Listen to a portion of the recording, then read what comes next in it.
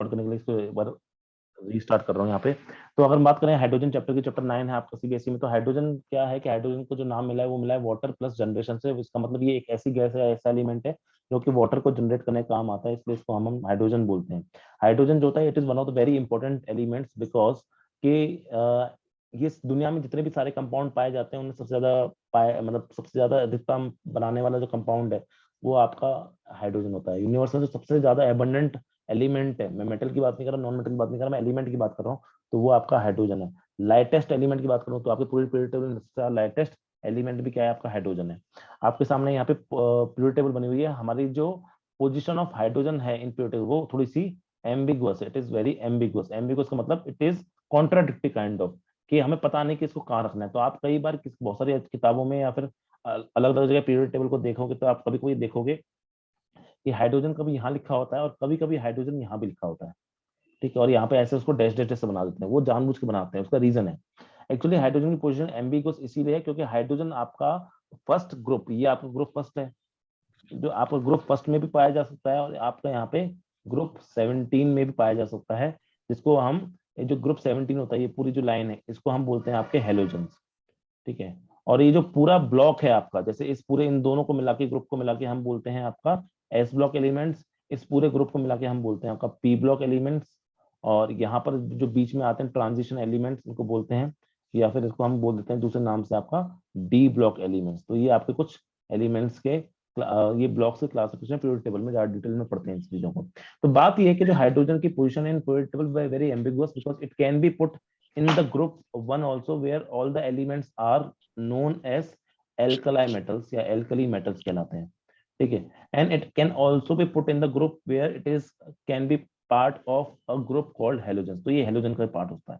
ऐसा क्यों? क्योंकि इसकी बहुत सारी जो प्रॉपर्टीज पाई जाती हैं, इसकी जो बहुत सारी प्रॉपर्टीज होती हैं वो आपकी एल्कली मेटल से भी मैच करती है, और वो आपकी क्या कहते हैं हेलोजन से भी मैच करती है। और कई बार तो ऐसा होता है कि ये इन दोनों से ही मैच नहीं कर रही, कई बार क्या होता है कि ये इन दोनों से मैच नहीं कर रही होती, ये अलग ही में कर रही होती, तो इसकी जो पोजीशन है वो बहुत ही ज्यादा एम्बिगुअस है, ठीक है। अगर बात करें एम्बिगुअस किस तरह से, तो हम इसको कंपेयर करके देख लेते हैं। जब हम कंपेयर करते हैं, ठीक है, तो hydrogen as part of group 1 यानी एल्कली मेटल्स के, एल्कली मेटल्स का ये किस तरह से पार्ट है हम ये यहाँ पे देख लेते हैं। तो कुछ ऐसी प्रॉपर्टीज होती हैं जो इसकी एल्कली मेटल से मैच करती हैं, जैसे कि हाइड्रोजन, हीलियम, सॉरी हीलियम की मैं ऐसे क्यों लिख देता हूँ बार बार, ठीक है। तो यहाँ पे आता है आपका हाइड्रोजन, हाइड्रोजन फिर आपका आता है यहाँ पे लिथियम, फिर यहाँ पे आता है सोडियम, फिर यहाँ पे आता है पोटेशियम, और फिर आता है यहाँ पे सीजियम, और यहाँ पे आता है फ्रांशियम। तो जब हम as a part of alkali metals को देखते हैं तो हम इसका जब इलेक्ट्रॉनिक कॉन्फ़िगरेशन बनाते हैं तो वो क्या बनता है, यहाँ पे वो 1s1 बनता है क्योंकि इसका एटॉमिक नंबर 1 है। फिर लिथियम का क्या होता है, 3 होता है। तो जब इसका इलेक्ट्रॉनिक कॉन्फ़िगरेशन बनाते हैं तो वो क्या बनता है, 1s2 और 2s1 बनता है। जब हम सोडियम का बनाते हैं तो सोडियम का नंबर होता है 11। जब हम इसका बनाते हैं तो उसका बनता है 1s2, 2s2, फिर आपका 2p6, और फिर ये बनता है 3s1। ऐसे ही हम आगे बनाते जाएंगे, तो हम ये बस चेक करते रहेंगे कि ये बढ़ते जाएंगे, और यहाँ पे क्या आ जाएगा, यहाँ 4s1 आ जाएगा, फिर 5s1 आ जाएगा। मेन चीज जो यहाँ पे देखने को मिल रही है वो क्या है कि आपके ये सारे सारे हम इनको एस ब्लॉक एलिमेंट इसलिए भी बोलते हैं क्योंकि इनके जो वैलेंस इलेक्ट्रॉन्स होते हैं, उनके जो वैलेंस इलेक्ट्रॉन्स होते हैं सबके, वो सबके s1 में पड़ रहे हैं, मतलब सब में सब एस ऑर्बिटल में इलेक्ट्रॉन पड़ता है, सबका वैलेंस इलेक्ट्रॉन। और दूसरी खास बात ये देखने को मिल रही है कि आपके पास सबके पास कितने वैलेंस इलेक्ट्रॉन है, सबके पास एक एक वैलेंस इलेक्ट्रॉन है। ऐसे ही इसके पास भी एक होगा, इसके पास भी एक, इसके पास भी एक। तो हम ये पाते हैं कि हाइड्रोजन के पास भी एक वैलेंस इलेक्ट्रॉन है, और आपका लिथियम के पास भी क्या है, सेम 1 वैलेंस इलेक्ट्रॉन है। और ऐसे ही आपका सबके पास में क्या है, आपका सेम वैलेंस इलेक्ट्रॉन है। तो सबसे पहला रीजन क्या हो जाता है आपका कि सेम वैलेंस इलेक्ट्रॉन, ये सबसे पहला रीजन है कि हम हाइड्रोजन को as a part of group 1 या एल्कलाई मेटल्स क्यों रखते हैं, क्योंकि इलेक्ट्रॉनिक कॉन्फ़िगरेशन से हम ये बोलते हैं। तो हम ये भी बोल सकते हैं कि सेम वैलेंस इलेक्ट्रॉन होने से मतलब क्या है, मतलब ये है कि आपका अगर इनको स्टेबल होना है, अगर आपके लिथियम को स्टेबल होना है तो it can lose 1 electron, sodium को स्टेबल होना है इट कैन लूज 1 इलेक्ट्रॉन। तो इसका मतलब ये भी क्या हो जाएगा कि ऑल ऑफ देम, हाइड्रोजन भी क्या करता है, all of them loses one electron, all of them can lose one electron to be stable. Stable बनने के लिए सबके सब क्या करते हैं, आपका एक इलेक्ट्रॉन लूज कर सकते हैं, इसीलिए it can also B part of, जैसे हाइड्रोजन, जब हाइड्रोजन क्या करता है बेटा, जब हाइड्रोजन आपका इलेक्ट्रॉन लूज करता है तो बनाता है H प्लस आयन, और यहाँ पे वन इलेक्ट्रॉन लूज करता है। यही तो बाकी सबकी टेंडेंसी है, Na जो है वो जल्दी से एक इलेक्ट्रॉन लूज करके आपका क्या करना चाहता है, अपने आप को स्टेबल बनाना चाहता है, क्योंकि ऐसा करने से उसका ऑक्टेट पूरा हो जाता है। हाइड्रोजन का डुप्लेट पूरा होता है, बाकी सबका ऑक्टेट ऑक्टेट पूरा होता है। मेन मुद्दा है कि स्टेबिलिटी हासिल कर रहे हैं बाकी सब। तो ये इन मेटल्स की तरह, एल्कली मेटल्स की तरह क्या करता है, आपका एक इलेक्ट्रॉन छोड़ सकता है। इसीलिए हम कहते हैं कि आपका हाइड्रोजन जो है it can be part of alkali metals. तो ये इसको हम बोलते हैं कि इसका जो इलेक्ट्रोपॉजिटिव कैरेक्टर है वो सेम है, जो प्रॉपर्टी है it is similar to alkali metals. Electropositive nature जो है वो आपका सेम है, क्योंकि सबके सब एक इलेक्ट्रॉन छोड़ते हैं, हाइड्रोजन भी एक इलेक्ट्रॉन छोड़ के हाइड्रोजन बना सकता है, और H प्लस जो आयन है वो स्टेबल भी बन सकता है आपको एक तरह से। और क्या कंपेरिजन है, एक है कंपेरिजन जिसको हम बोलते हैं all of them have oxidation state +1। Oxygen state का मतलब यही है कि सबके सब +1 बना सकते हैं, मतलब आपका H +1, तो ये हो गया Na+1, ये हो गया K+1, तो सबके सब +1 बना सकते हैं। बाकी तो रेड ऑक्सीडेशन इसके बारे में हम पढ़ते हैं। तो ये सबके सब क्या करते हैं, आपका K+1 बनाते हैं, इसलिए भी हम इसको ग्रुप 1 में रखते हैं। और प्रॉपर्टीज क्या है कि all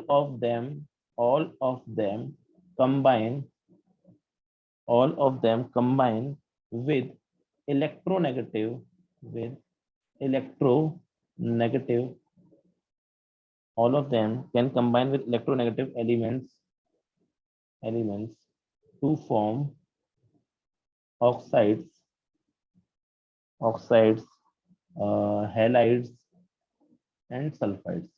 मतलब कि आपका लाइक वाइज जैसे Na है, जब Na आपका ऑक्साइड बनाता है तो आपका Na क्या बनाता है, ऑक्सीजन के साथ मिलके Na2O बनाता है, ठीक है, ऐसे बनाता है। जैसे अब Na को जब मैं Cl के साथ रिएक्ट करता हूँ, ये हेलाइड है, हेलोजन है, ठीक है, तो ये क्या बनाता है, आपका NaCl बनाता है, ठीक है।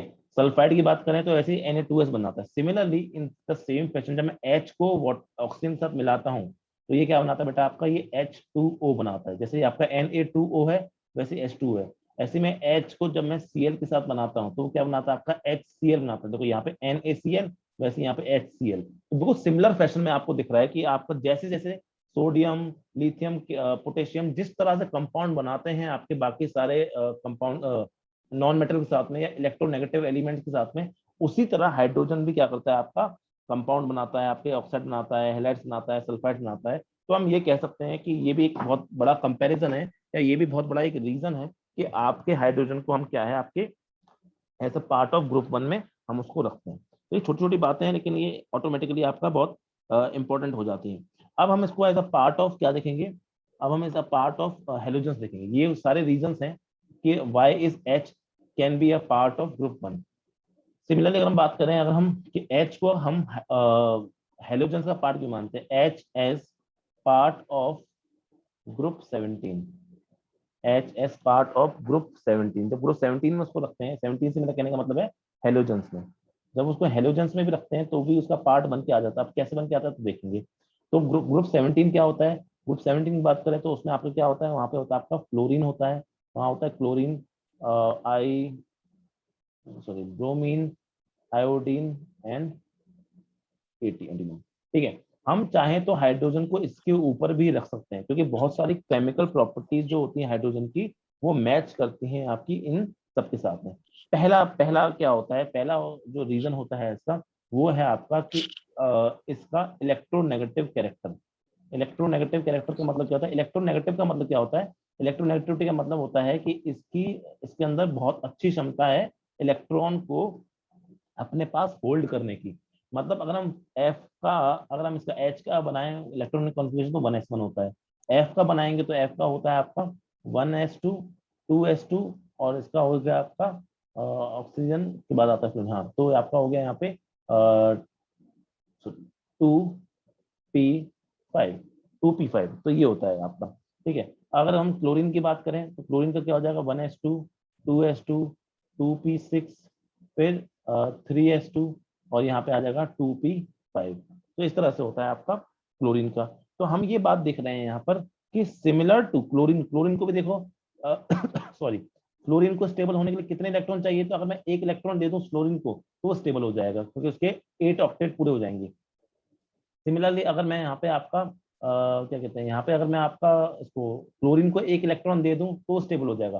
सिमिलरली अगर मैं हाइड्रोजन को भी एक इलेक्ट्रॉन दे दूं तो उसका डुप्लेट पूरा हो जाएगा, तो वो भी क्या हो जाएगा, वो भी स्टेबल हो जाएगा। तो ये भी कैरेक्टर है आपका हाइड्रोजन के पास कि it can also accept electron just like halogens to become stable. दूसरी बात, इसके पास इलेक्ट्रॉन होल्ड करने की क्षमता उतनी ही है जितनी फ्लोरीन और क्लोरीन की है। देखो फ्लोरीन क्या बोलता है कि मेरे पास इलेक्ट्रॉन रखने की क्षमता ज्यादा है, क्योंकि मेरे पास डोनेट करने की क्षमता कम है, उसी को हम इलेक्ट्रोनेगेटिविटी होती है। इलेक्ट्रोनेगेटिविटी का सिंपल सा इतना मतलब है कि how much energy is required to hold the electrons. तो वो आपके पास फ्लोरीन के पास बहुत ज्यादा होती है, क्लोरीन के पास भी बहुत ज्यादा होती है, ऐसी ब्रोमीन के पास होगी, सबके पास होगी। तो similar to the fashion of fluorine, chlorine, bromine, सबके पास में जो आपके इलेक्ट्रोनेगेटिविटी ज्यादा होती है, इसी वजह से हम क्या बोलते हैं कि hydrogen can be a part of halogen, जहाँ पे आपका सेम इलेक्ट्रोनेगेटिव कैरेक्टर देखने को मिलता है। एक और बात अगर हम करें यहाँ पे आगे कि और क्या चीजें हैं आपका, ठीक है, जैसे कि आपका जो हेलोजन्स होते हैं, like halogens combine to make, halogen जब दूसरे एलिमेंट के साथ कंबाइन होते हैं, combine with other elements, to make halides, to make halides. Similarly हम ये बोल सकते हैं कि सिमिलरली हाइड्रोजन भी क्या करता है आपका, दूसरों के साथ में मिलके, हाइड्रोजन जो होता है वो दूसरे के साथ मिलके क्या करता है आपका, can make hydrides, can make hydrides. जैसे कि आपका हेलोजन दूसरे एलिमेंट के साथ में मिलकर क्या बनाते हैं, हेलाइड्स बनाते हैं, वैसे ही आपके जो हाइड्रोजन होता है वो दूसरे साथ मिलकर क्या बनाता है आपका, वो हेलाइड बनाता है। तो यहाँ पे जो कंपाउंड फॉर्मिंग टेंडेंसी है, कंपाउंड फॉर्मिंग टेंडेंसी है, वो भी क्या है आपकी, दोनों की सिमिलर होती है। थर्ड होता है जिसको हम बोलते हैं आपकी high ionization enthalpy, high ionization enthalpy. ये आयनाइजेशन एंथैल्पी के बारे में हम पहले पढ़ चुके हैं, मैंने बताया था आपको आयनाइजेशन एंथैल्पी क्या होती है। आयनाइजेशन एंथैल्पी कुछ नहीं होती है आपका, एक इलेक्ट्रॉन को ऐड करने की जो क्षमता है उस पर कितनी एनर्जी चाहिए, ठीक है। मतलब कि आयनाइजेशन एंथैल्पी क्या होती है कि it is energy released, it is energy released by adding an electron, by adding an electron. एक इलेक्ट्रॉन ऐड करने से जितनी एनर्जी रिलीज होती है उसको हम बोलते हैं आपका हाई एनर्जी एंथैल्पी। अब होता क्या है, मैंने अभी बस जस्ट थोड़ी देर पहले ये बात समझाई आपका कि अगर मैं इसको क्लोरीन को एक इलेक्ट्रॉन दे दूं तो क्या बन जाएगा, वो 2p6 बन जाएगा। उससे क्या हो जाएगा, वो स्टेबल हो जाएगा, और स्टेबल होने से क्या होगा, वो हाईली स्टेबल होने से क्या होगा कि वो आपके लिए बहुत फेवरेबल रिएक्शन है।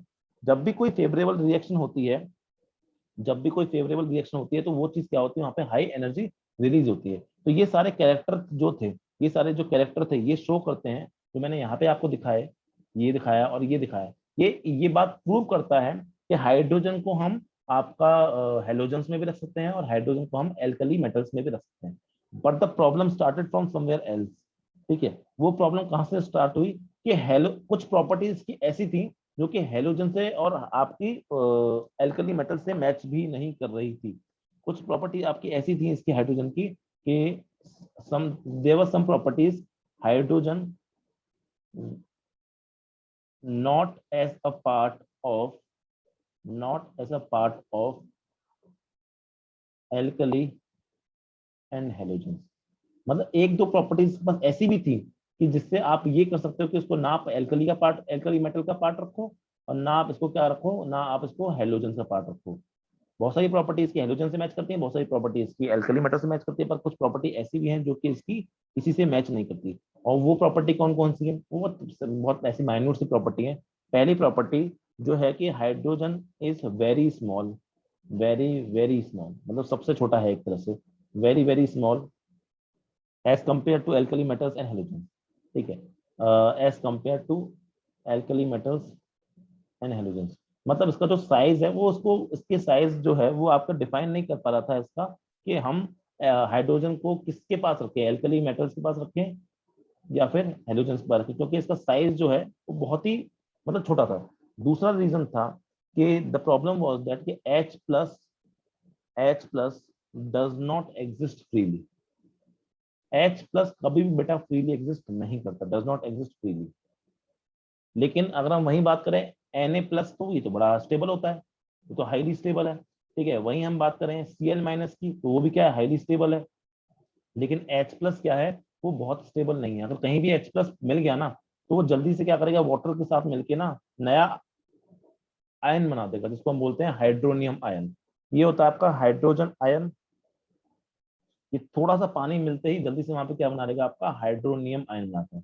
क्योंकि ये H+ जो है वो कहीं भी क्या है, कहीं भी स्टेबल नहीं है। इस वजह से हम बोल सकते हैं कि ये ऐसी कुछ प्रॉपर्टीज हैं जो कि आपके हाइड्रोजन को as not as a part of alkali metals and hydrogen बनाती है। ये ना एल्कली का पार्ट दिखता है ना ऐसे। तो इसमें इसी प्रॉब्लम की वजह से हम क्या करते हैं कि मेजोरिटी ऑफ इट प्रॉपर्टीज क्या होती हैं, वो आपकी एल्कली मेटल से भी मिलती हैं, और मेजोरिटी ऑफ प्रॉपर्टीज इसकी हेलोजन से भी मिलती हैं। तो हम या तो हेलोजन के ऊपर रख सकते हैं, चाहे हम इसको एल्कली मेटल्स के ऊपर रख सकते हैं। तो हमने ऐसे फिर हमने सोचा कि इतना ज्यादा पंगा लेने से कोई फायदा है नहीं, हम एक काम करते हैं, इसको चुपचाप से पीरियोडिक टेबल की स्टार्ट में रख देते हैं, लेकिन अलग से रखते हैं।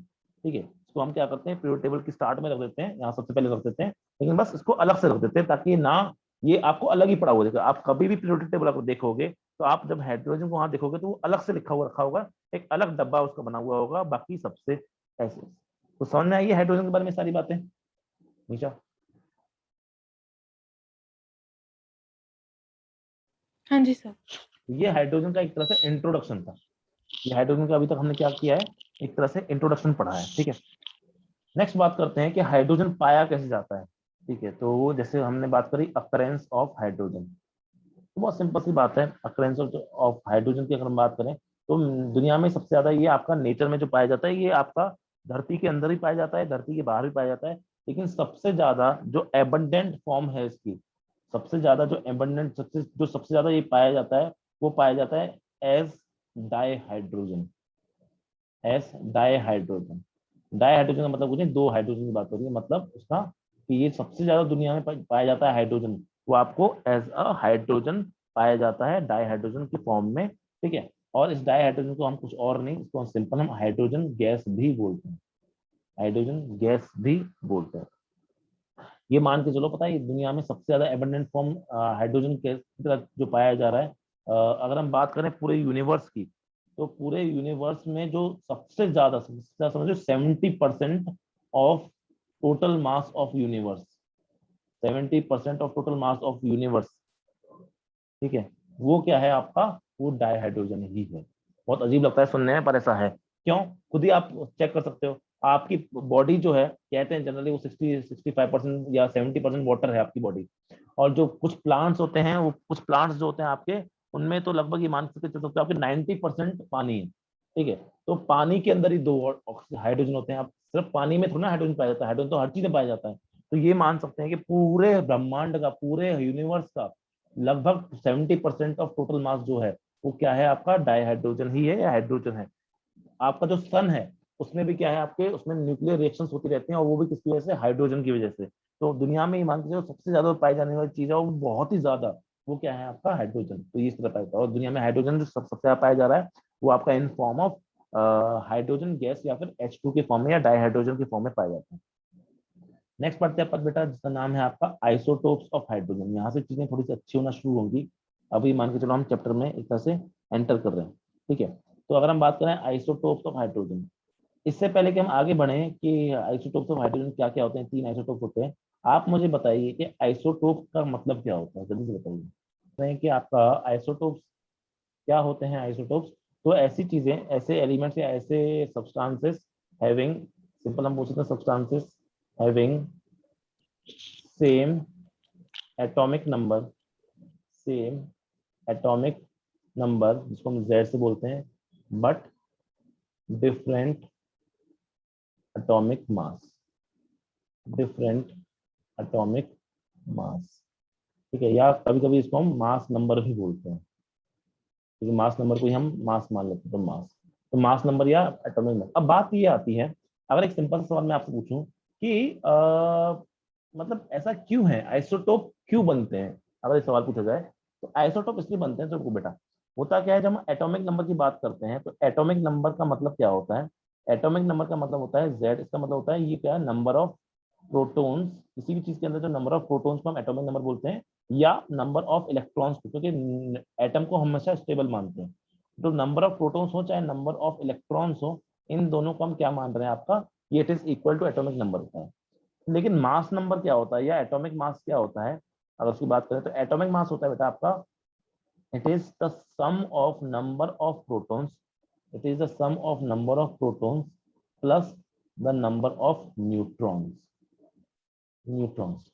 तो अक्सर क्या पाया जाता है, अक्सर पाया जाता है कि जनरली जनरली ऐसा पाया जाता है कि आपका number of protons are equal to number of neutrons. मैं फिर से बोल रहा हूँ, जनरली नंबर ऑफ न्यूट्रॉन्स या फिर नंबर ऑफ प्रोटॉन्स क्या होते हैं, लेकिन ये किसमें होते हैं, जनरली लाइटर एलिमेंट्स में, ठीक है, लाइटर एलिमेंट्स में जो कि आपके 20 के आसपास तक होते हैं। लेकिन जैसे हम 20 के बाद क्रॉस करते हैं, जैसे ट्रांजिशन एलिमेंट आ जाते हैं, ठीक है, उसके बाद आते हैं कि फॉर हैवियर एलिमेंट्स, आपका क्या हो जाता है कि आपके जो नंबर ऑफ प्रोटॉन्स होते हैं वो कम होना शुरू हो जाते हैं, मतलब आपके जो नंबर ऑफ न्यूट्रॉन्स होते हैं वो ज्यादा होना शुरू हो जाते हैं, इस तरह से नंबर ऑफ न्यूट्रॉन ज्यादा होते हैं, ये हैवी एलिमेंट्स के लिए, ठीक है। पर ऐसा जरूरी नहीं कि लाइटर में ही ऐसा होता हो, बहुत सारे एग्जांपल ऐसे भी हैं जहाँ पर आपके लाइटर एलिमेंट्स के लिए, मैंने जनरली बोला है, जनरली का मतलब क्या होता है, मोस्टली, ठीक है, इसका मतलब ये हमेशा नहीं होता, नॉट ऑलवेज, ठीक है, इट इज मैक्सिमम टाइम ऐसा होता है। बट ऐसा, जैसे एग्जाम्पल के लिए अगर हम ऑक्सीजन की ही बात कर लें, तो ऑक्सीजन की अगर हम बात करते हैं तो ऑक्सीजन का जो एटॉमिक नंबर होता है वो होता है आपका 8 होता है। लेकिन वहीं बात करें अगर इसकी हम, हाँ वही बात करें इसके मास नंबर की, तो वो होता है 16। क्यों लेते हैं 16, क्योंकि हम इसमें क्या मानते हैं, आपका नंबर ऑफ प्रोटॉन 8 मान लेते हैं, न्यूट्रॉन्स भी क्या मान लेते हैं, आपके 8 मान लेते हैं, तो आपका ऐसा होता है। लेकिन जैसे जैसे हम ट्रांजिशन एलिमेंट में जाएंगे तब आपकी ये चीज चेंज होना शुरू हो जाती है। तो आपकी जब ये चीज चेंज होना शुरू होती है तो उस पॉइंट ऑफ टाइम पे हमारे ये बढ़ जाते हैं, उस टाइम पे आपको दिखने को मिलेगा कि मास नंबर भी आपका थोड़ा ज्यादा होता जाता है as compare to atomic number. अब बात ये आ रही है आपकी कि सिमिलरली हाइड्रोजन में भी ऐसा देखने को मिलता है, बहुत सारे में मिलता है, ऐसा जरूरी नहीं है कि लाइटर में नहीं है, कार्बन में मिलता है, हाइड्रोजन में, कार्बन के तो बहुत ज्यादा फेमस है। कार्बन के अगर आइसोटोप्स की मैं बात करूं तो बहुत सारे हैं आपके, ठीक है। तो अगर मैं कार्बन के बारे में, हम ऑर्गेनिक केमिस्ट्री में बात करेंगे अभी करें, अगर हम हाइड्रोजन के आइसोटोप्स के बारे में बेटा बात करेंगे तो वो आपके जनरली 3 होते हैं। हाइड्रोजन की अगर हम बात करें तो वो आपके 3 होते हैं। एक होता है जिसको हम बोलते हैं आपका प्रोटियम, एक होता है जिसको हम बोलते हैं आपका प्रोटियम, दूसरा होता है आपका ड्यूटेरियम, दूसरा होता है आपका ड्यूटेरियम जो आपको नेचर में पाए गए हैं, हम उनकी बात कर रहे हैं, ड्यूटेरियम। और तीसरा होता है आपका जिसका नाम होता है ट्रिटियम। तो ये 3 तरह के आइसोटोप आपके नेचर में पाए जा रहे हैं। फर्क क्या है इनके बीच में, जो सबसे ज्यादा पाया जाता है वो आपका ये होता है, ये मोस्ट अबंडेंट है, जो आपको सबसे ज्यादा देखने को मिल रहा है ना, वो यही है जो आप पढ़ते हो, मोस्ट अबंडेंट, ठीक है। ये कौन सा होता है, ये ऐसे होता है, इसको हम बोलते हैं 1H1। ये वन, नीचे वाले वन का मतलब क्या है, ये नीचे वाले वन का मतलब है आपका Z यानी एटॉमिक नंबर, और ऊपर वाले नंबर का मतलब क्या है, एटॉमिक मास यानी M, ठीक है। तो जब हम देखते हैं आपका, तो ये ड्यूटेरियम, ड्यूटेरियम होता है आपका, होता है 1H2, 1H2, मतलब इसका एटॉमिक मास क्या है, 2 है, लेकिन इसका जो वो है क्या कहते हैं, क्या कहते हैं, इसका जो एटॉमिक नंबर है वो Z है, तो सब में एटॉमिक नंबर सेम मिलेगा आपको। और इसकी जब बात करते हैं ट्रिटियम की, इसको हम, इसको दूसरे नाम से कभी कभी डी नाम से भी दर्शाते हैं, इसको हम H नाम से दर्शाते हैं, ठीक है। अगर कुछ नहीं हो तो इसको हम H नाम से दर्शाते हैं, इसको हम T नाम से दर्शा देते हैं अगर कुछ नहीं बोला गया हो तो। और इसका जो सिंबल होगा एक्चुअल वो 1H3 होगा, यानी इसका मास नंबर क्या होता है 3। मतलब क्या फर्क है, मतलब इसमें प्रोटॉन कितने हैं, 1 है, इलेक्ट्रॉन कितने हैं, 1 है, न्यूट्रॉन कितने हैं आपके, वो 0 है, क्योंकि मास नंबर और प्रोटॉन नंबर सेम है ना। यहाँ जब हम बात करते हैं, यहाँ प्रोटॉन कितने हैं, 1 है, क्योंकि एटॉमिक नंबर 1 है, इलेक्ट्रॉन भी 1 है क्योंकि वही तो एटॉमिक नंबर होता है, न्यूट्रॉन भी क्या हो गए आपके, 1 हो गए, तो 1 + 1 आपका 2 मास नंबर निकल के आ जाता है। जब यहाँ बात करते हैं तो यहाँ पे आपके प्रोटॉन कितने हैं, 1 है, इलेक्ट्रॉन कितने हैं, 1 है, और न्यूट्रॉन इस बार थोड़े से बढ़ गए, तो वो कितने हो गए आपके, 2 हो गए आपके इस बार न्यूट्रॉन, तो 2 + 1 आपका मास नंबर 3 हो जाता है यहाँ पे। अब अगर बात करें यहाँ पे, ठीक है, तो एक चीज ये देखने को मिलती है यहाँ पे कि देखिए आप, ये चीज हमने पहले भी पढ़ी और आप भी जानते हो ये बात, कि कौन सी चीज है जो केमिकल रिएक्शन में पार्टिसिपेट करती है। अगर मैंने आपको बोला प्रोटॉन, न्यूट्रॉन और इलेक्ट्रॉन में से बेटा कौन सी चीज होती है जो कि अभी केमिकल रिएक्शन में पार्टिसिपेट करती है, जल्दी बताओ। पूरा केमिकल रिएक्शन जो चैप्टर हमने उसी के नाम पे पढ़ा है, इलेक्ट्रॉन। इलेक्ट्रॉन्स। ऑब्वियसली कि हमारे जो इलेक्ट्रॉन्स होते हैं only they are participating in any type of chemical reactions. तो अगर मैं आपसे सिंपल सा चीज पूछूं कि हम ये बोल सकते हैं यहाँ पे कि इन तीनों में क्या सेम नंबर ऑफ इलेक्ट्रॉन्स है, राइट? हाँ जी। अगर इन तीनों में सेम नंबर ऑफ इलेक्ट्रॉन्स है, so can I say that कि आपका केमिकल प्रॉपर्टीज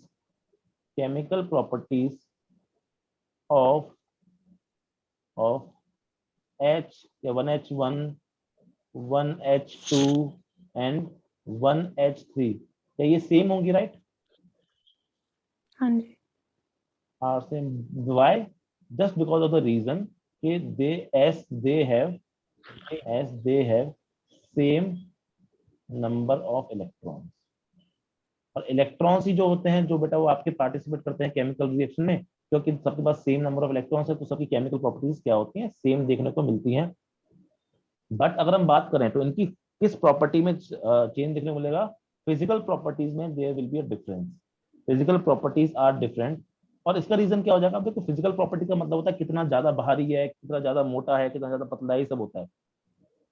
ऑब्वियस सी रीजन है कि भाई जब सबका मास नंबर अलग है, जब सबका एटॉमिक मास अलग अलग है, तो आपकी इन सब की जो फिजिकल प्रॉपर्टीज क्या होंगी वो अलग अलग होगी। तो फिजिकल प्रॉपर्टीज क्या होंगी? They will be different. तो physical properties are different. Why? So due to their large mass differences। सबके बीच में मास का डिफरेंस है, तो इसलिए हम बोल सकते हैं कि इनकी फिजिकल प्रॉपर्टीज क्या होंगी, वो अलग अलग होंगी। ठीक है, इतना समझ में आया आपको अच्छे से? आया। और चीजें हैं पर वो इतना जरूरी नहीं है। जैसे और चीजें क्या है कि आपका जो प्रोटियम है वो सबसे ज्यादा दुनिया में जो प्रोटीन है वो पाया जाता है आपका। ठीक है, फिर आपका ड्यूटेरियम पाया जाता है, और फिर आपका अगर आपसे एबंडेंस के बारे में सवाल पूछता है ना, कौन ज्यादा कौन कम के बारे में पूछता है, तो एबंडेंस के बारे में अगर हम बात करें तो सबसे ज्यादा आपका प्रोटियम होता है। ठीक है, उसके बाद फिर आपका ड्यूटेरियम होता है, फिर आपका क्या होता है, फिर आपका ट्रिटियम होता है। ठीक है, ट्रिटियम सबसे रेयर है, बहुत बहुत ही कम पाया जाता है। ठीक है, ड्यूटेरियम को कभी कभी हम हैवी हाइड्रोजन भी बोल देते हैं। ड्यूटेरियम को कभी कभी हम हैवी हाइड्रोजन के नाम से भी पुकार लेते हैं। तो ये सब छोटी छोटी बातें जो पता होनी चाहिए।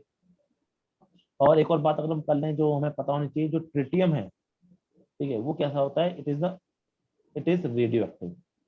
आपके प्रोटियम और deuterium are not radio active, but tritium is radio active. बहुत ज्यादा रेडियो एक्टिव नहीं है, बहुत ज्यादा नहीं कि बहुत ज्यादा खतरनाक है, पर हाँ it is radio active because hydrogen जो है आपका वो न्यूक्लियर रिएक्शन में, हाइड्रोजन फ्यूजन में, फिजन में भी पार्टिसिपेट करता है। तो इसका हम ये कह सकते हैं आपका कि इस तरह से होता है।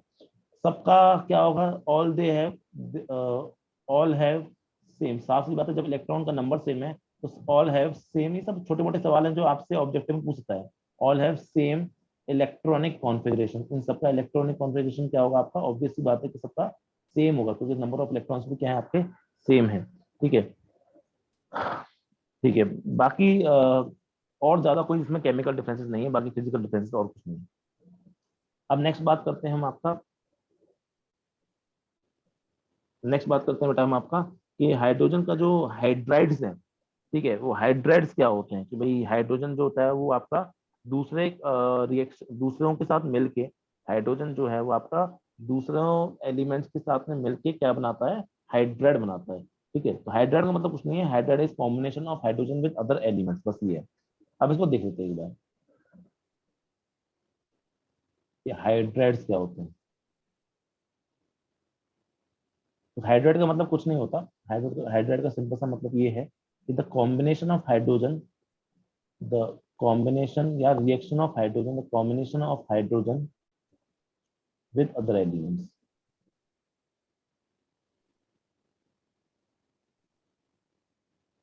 विद अदर एलिमेंट्स, एक सेकंड। एक बार बेटा हम सिलेबस देख लेते हैं, जो आपको सिलेबस दे रखा है आपके हिसाब से टर्म वन के हिसाब से। इस बार का जो टर्म वन का सिलेबस है वो इस तरह से है। आ गया यहाँ पे, हाँ, हाइड्रोजन ये रहा। तो हमने क्या क्या पढ़ लिया? हमने position of hydrogen in periodic table पढ़ लिया है। अकरेंस हमने पढ़ लिया कि यूनिवर्सल सबसे ज्यादा पाया जाता है। आइसोटोप्स क्या होते हैं इसके, प्रोटियम, ड्यूटेरियम और ट्रिटियम आइसोटोप्स, उनके बारे में जस्ट अभी हमने पढ़ा है। उनकी प्रॉपर्टीज के बारे में पढ़ा कि फिजिकल प्रॉपर्टीज अलग होती हैं और आपकी वो वाली प्रॉपर्टीज अलग होती है। नेक्स्ट है आपका हाइड्रेट, जिसमें आयनिक कोवलेंट, कॉमा नहीं लगाया इन लोगों ने, आयनिक कोवलेंट एंड इंटरस्टिशियल, ये अभी हम बस देखने वाले हैं। फिजिकल केमिक, हाँ, तो इस पर सीधे वाटर पढ़ना है। उन्होंने बहुत सारी चीजें आपकी बुक में दे रखी हैं, वो सब चीजें आपको नहीं पढ़नी है। आपको इसने क्या कर रखा है कि आपका प्रॉपर्टीज ऑफ डाई हाइड्रोजन के बारे में, यानी H2 की प्रॉपर्टीज के बारे में आपको बुक में दे रखा है, पर वो आपके लिए इंपॉर्टेंट नहीं है ऑब्वियसली, आपके सिलेबस में नहीं है इस बार, तो उसको हम नहीं देखने वाले, उसको आपको पढ़ना भी नहीं है, ठीक है। उसके बाद आपको दे रखा है यूजेस ऑफ, मतलब डाई हाइड्रोजन के बारे में आपको कम से कम 3-4 पेज दे रखे हैं, वो आपको नहीं पढ़ने, they are not in your syllabus, ठीक है। नेक्स्ट है आपका हाइड्रेट्स, जो हम अभी पढ़ने जा रहे हैं। हाइड्रेट्स आपके 3 तरह के होते हैं, आयनिक, कोवलेंट और आपका उसको हम बोलते हैं मेटेलिक बोल देते हैं, या कभी कभी वो बोल देते हैं इंटरस्टिशियल बोल देते हैं। उसके बाद हमको फिर सीधे सीधे हमको कूदना है वाटर के ऊपर। वाटर काफी ज्यादा इंपॉर्टेंट टॉपिक है, ठीक है। और वाटर के बारे में सिर्फ आपको फिजिकल केमिकल प्रॉपर्टीज के बारे में बोल रखा है, लेकिन हम वाटर के बारे में पढ़ेंगे डिटेल में। वाटर बहुत इंपॉर्टेंट है, बहुत ही ज्यादा इंपॉर्टेंट है। और वाटर के बाद हम पढ़ने वाले हैं आपका हैवी वाटर। तो हैवी वाटर जो होता है वो आपका है, आपको बहुत सारी चीजें दे रखी हैं आपको इसमें। जैसे आपको हाइड्रोजन पेरोक्साइड दे रखा है, मैं आपको एक बार दिखाई देता हूँ इससे अच्छा, आपकी बुक भी यहीं पे होगी ना, हाँ भाई, हाँ ये, ठीक। तो जैसे आपका यहाँ पे ये बताना इसलिए जरूरी है, मैंने पहले बताया था कि आपको बहुत सारा कम पढ़ना है इस बार हाइड्रोजन में। तो ये आपका ये जैसे ये प्रिपरेशन ऑफ डाई हाइड्रोजन नहीं पढ़ना आपको, हम ये पढ़ चुके हैं आगे। हम डाई हाइड्रोजन क्या नाम पढ़ लिया था बस हमने, हमने इसके बाद आइसोटोप्स पढ़ चुके हैं हम। इसके बाद आपको देखा प्रिपरेशन ऑफ डाई हाइड्रोजन, ये नहीं पढ़ना है आपको, ये बिल्कुल काम का नहीं है आपके, और बहुत बड़ा टॉपिक है, और बहुत गंदी गंदी चीजें इसमें दे रखी है। गंदी गंदी से मतलब बहुत ज्यादा डिटेल में आपको दे रखा है, इतने बड़ी चीज आपको रिक्वायरमेंट है नहीं। उसके बाद आपको इसकी हेलोजन के साथ रिएक्शन क्या होती है, ऑक्सीजन के साथ रिएक्शन क्या होती है, वो सब नहीं पढ़नी है, काम की नहीं है आपके लिए, ठीक है। उसके बाद फिर आपका यहाँ पे यूजेस ऑफ डाई हाइड्रोजन दे रखे हैं, वो भी आपके काम के, डाई हाइड्रोजन पूरा ही काम का नहीं है, आपको पूरा हटा रखा है, ठीक है। उसके बाद आप आपका है हाइड्रेट्स, ये आपके सिलेबस में है, इसको हम पढ़ेंगे अभी। तो आपका हाइड्रेट्स 3 तरह के होते हैं, पूरा यहाँ पे दे रखे हैं, इन तीनों को हम पढ़ेंगे। उसके बाद फिर आपका सीधा आ जाएगा water, right hand side water दिख रहा है, ये वाटर आ जाएगा। वाटर का आपको फिजिकल प्रॉपर्टीज क्या होती हैं, उसका स्ट्रक्चर कैसा होता है, अब आपका स्ट्रक्चर आएगा, हाँ आ गया, तो 104.5 स्ट्रक्चर कैसा होता है वाटर का। आपकी आइस के बारे में इसने इन्होंने कुछ बोल नहीं रखा सिलेबस में, आइस के बारे में कुछ बोल नहीं रखा, लेकिन हम आइस के बारे में हल्का फुल्का पढ़ लेंगे, कैसा स्ट्रक्चर होता है, क्या होता है, बहुत ज्यादा डिटेल नहीं। फिर केमिकल प्रॉपर्टीज उसने बोल रखी है कि आपके सिलेबस में, तो केमिकल प्रॉपर्टीज आपको पढ़नी होंगी। उसके बाद में है आपका हैवी वाटर, ये hard water and soft water syllabus में नहीं है, लेकिन फिर भी हम थोड़ा बहुत पढ़ लेंगे, थोड़ा बहुत पढ़ेंगे। उन्होंने हार्डनेस के बारे में कुछ नहीं बोला, टेम्परेरी, आपकी हार्डनेस 2 तरह की होती है, टेम्परेरी हार्डनेस होती है और आपकी परमानेंट हार्डनेस होती है। फिर इसको हार्डनेस को कैसे रिमूव किया जाता है उसके बारे में आपको दे रखा है इस बुक में पूरा, लेकिन अकॉर्डिंग टू द सिलेबस ये आपकी बुक में नहीं है, मतलब इस बार सिलेबस में नहीं है।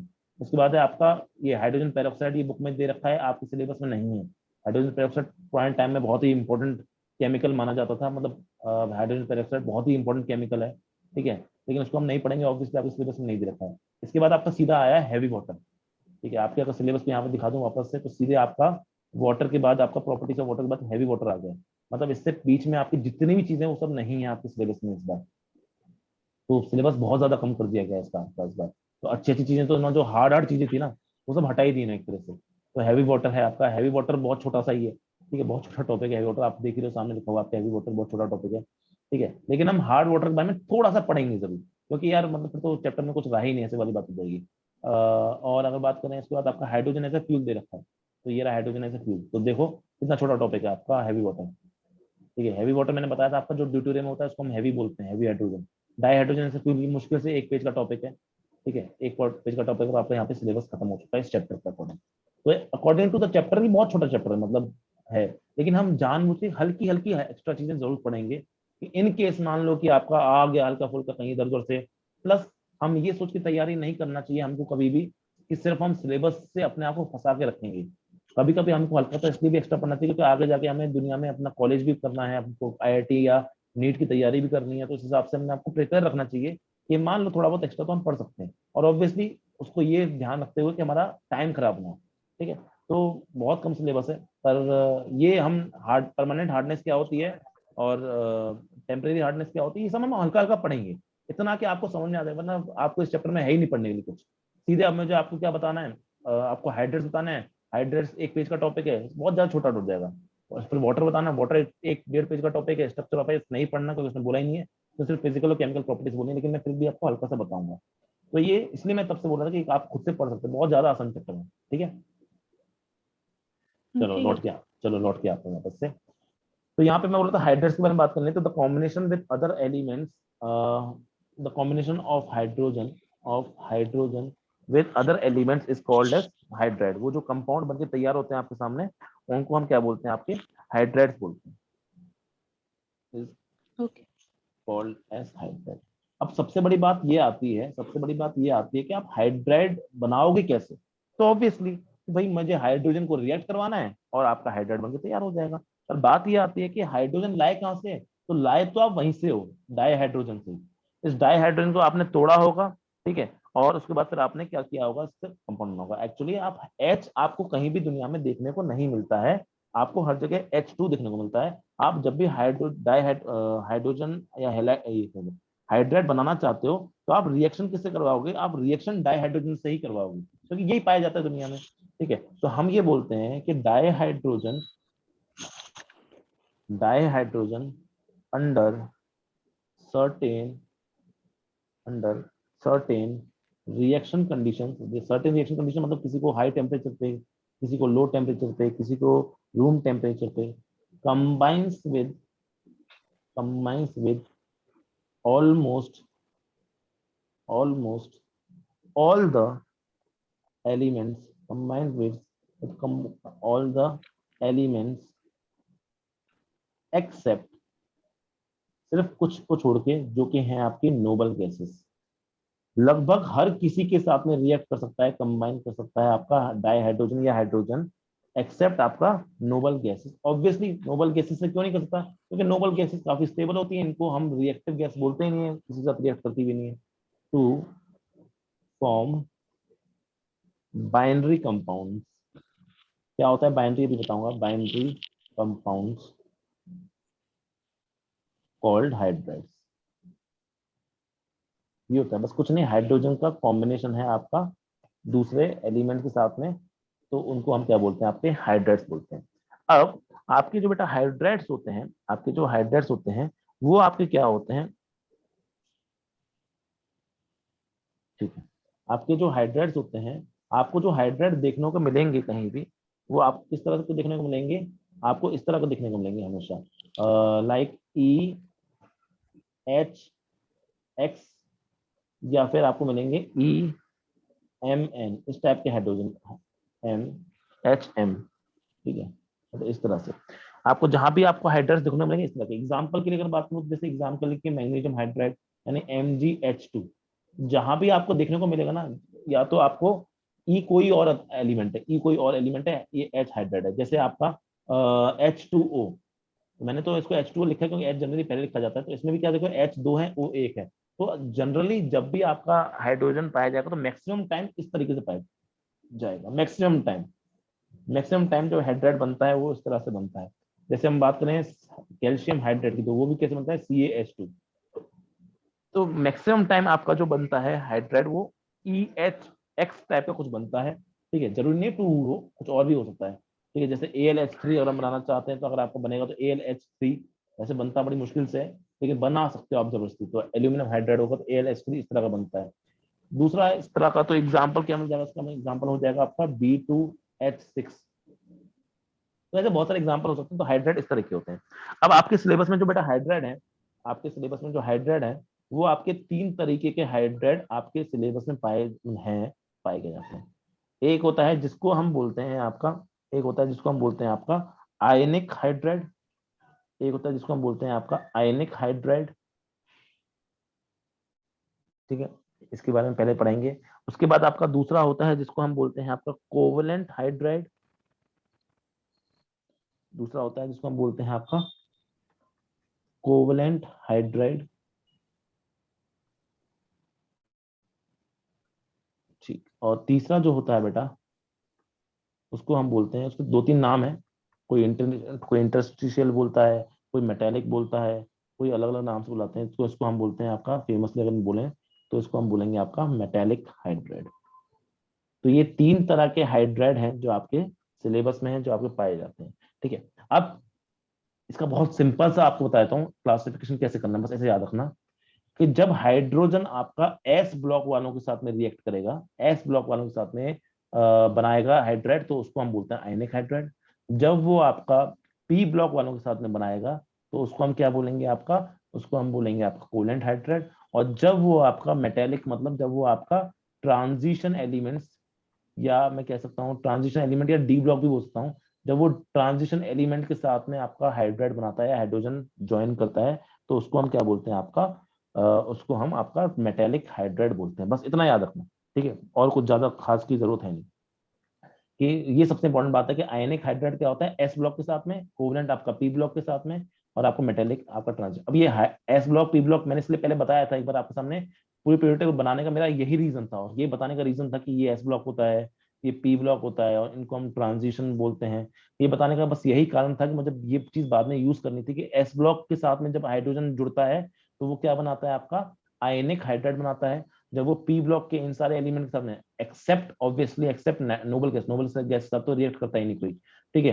तो जब उनके साथ में रिएक्ट करता है पी ब्लॉक के साथ, मतलब ऑक्सीजन के साथ, नाइट्रोजन के साथ, कार्बन के साथ बोलूंगा, इन सब के साथ जब बनाता है, तो वहां पे क्या बनाता है, वो आपका कोवेलेंट हाइड्राइड बनाता है। और जब वो आपका बनाता है क्या कहते हैं, जब वो आपका ट्रांजिशन एलिमेंट के साथ में ज्वाइन करता है, तो उसको हम क्या बोलते हैं आपका, मेटेलिक बोल देते हैं, आपका मेटेलिक हाइड्राइड बोल देते हैं। तो ये बस क्लासिफिकेशन है इसका, इसी बेस पे। अब इसी को हम अलग अलग पढ़ के अलग अलग आपको मैं इनकी डेफिनेशन लिखवा दूंगा, बस डेफिनेशन बन जाएंगी।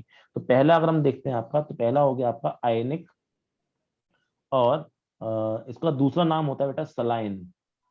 आयनिक, और दूसरे नाम से भी पुकारा जाता है इसको, हम आयनिक बोलते हैं, आयनिक हाइड्राइड, या दूसरा नाम हो जाएगा इसका सलाइन हाइड्राइड,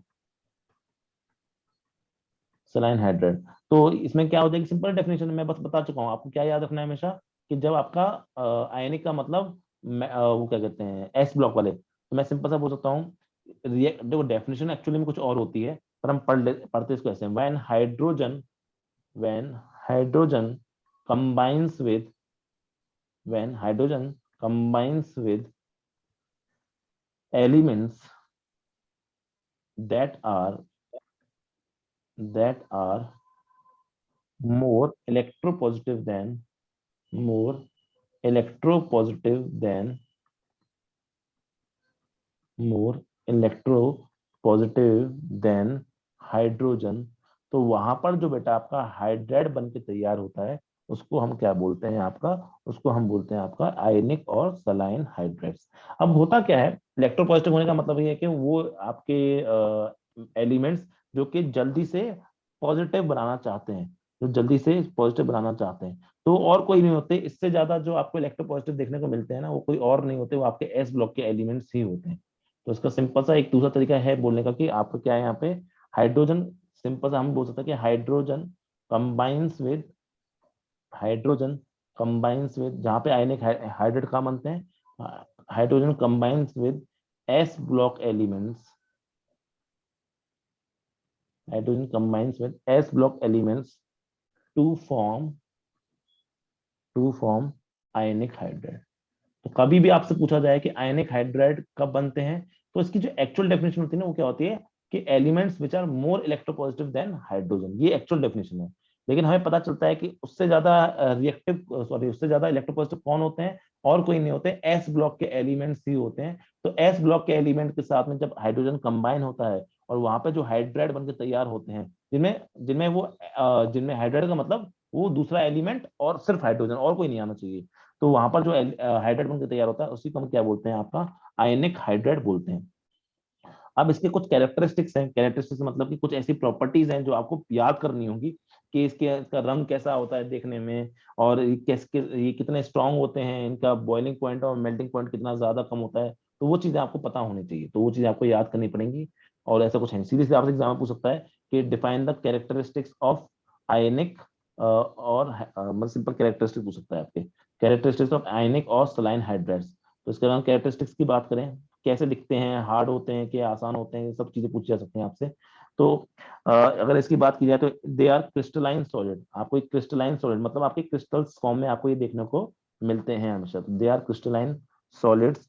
जनरली इनके जो कलर्स हैं आपके, वो आपको जनरली व्हाइटिश या ग्रेइश कलर के मिलेंगे, हैविंग हैविंग व्हाइटिश, या सिर्फ व्हाइट और ग्रे ग्रेश कलर के मिलेंगे आपको, व्हाइटिश या ग्रेश कलर के आपको मिलेंगे, चमकीले व्हाइट टाइप के आपको।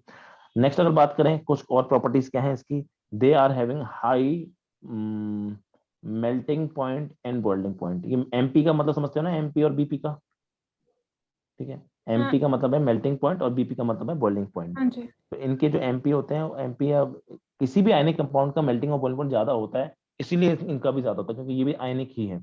थर्ड अगर बात करें, इनकी जो डेंसिटी होती है वो हाई होती है। डेंसिटी हाई होने का रीजन क्या है कि दोनों ही जो होते हैं आपके, वो छोटे छोटे होते हैं, मतलब आपके जो हाइड्रेट्स होते हैं वो बहुत काफी छोटे छोटे होते हैं, तो एक जगह में बहुत ज्यादा घुस सकते हैं, इसलिए ज्यादा डेंसिटी होती है इनकी।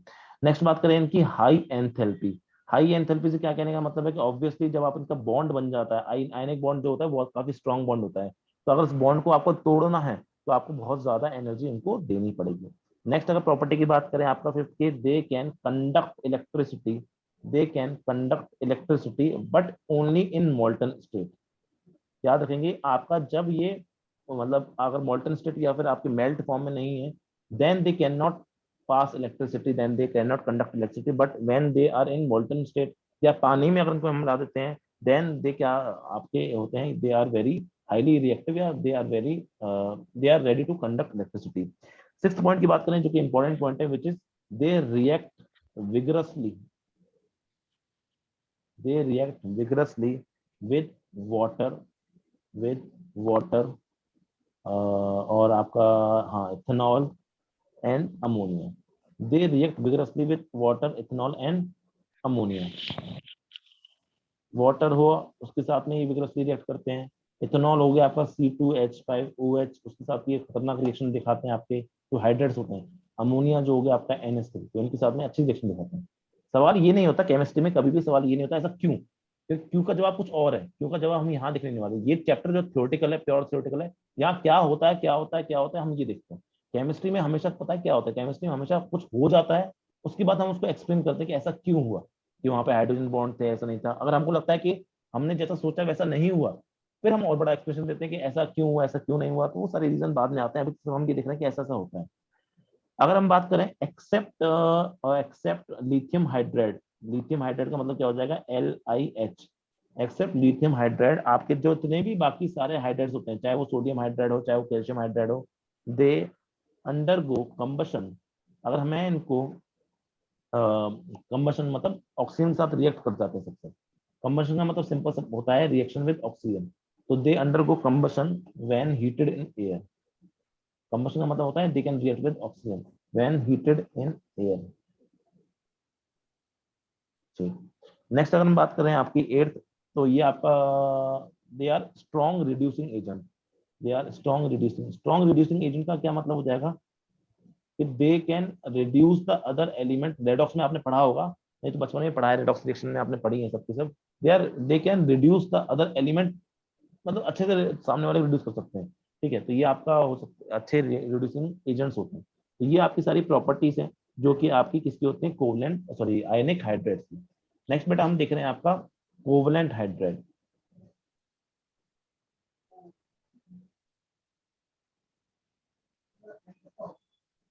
नेक्स्ट देख रहे हैं हम कोवलेंट हाइड्रेट। इस कोवलेंट हाइड्रेट को दूसरे नाम से हम कभी कभी इसको दूसरे नाम से हम मॉलिक्यूलर हाइड्रेट भी बुलाते हैं। They are also called as molecular hydrate. तो दूसरे नाम से इसको हम मॉलिक्यूलर हाइड्रेट नाम से भी बुला देते हैं, ठीक है। अब ये कोवलेंट हाइड्रेट क्या होते हैं, साफ सी बातें बता चुका हूँ, पी ब्लॉक एलिमेंट के साथ में जो रिएक्ट करता है उसको बोलते हैं। लेकिन जो इसकी प्योर डेफिनेशन होती है वो क्या होती है, जैसे वहां पे हमने क्या बोला था कि all the elements which are more electropositive, लेकिन जो पी ब्लॉक में एलिमेंट्स होते हैं दे आर मोर इलेक्ट्रोनेगेटिव। तो मैं ये बोलूंगा आपसे सीधा सीधा,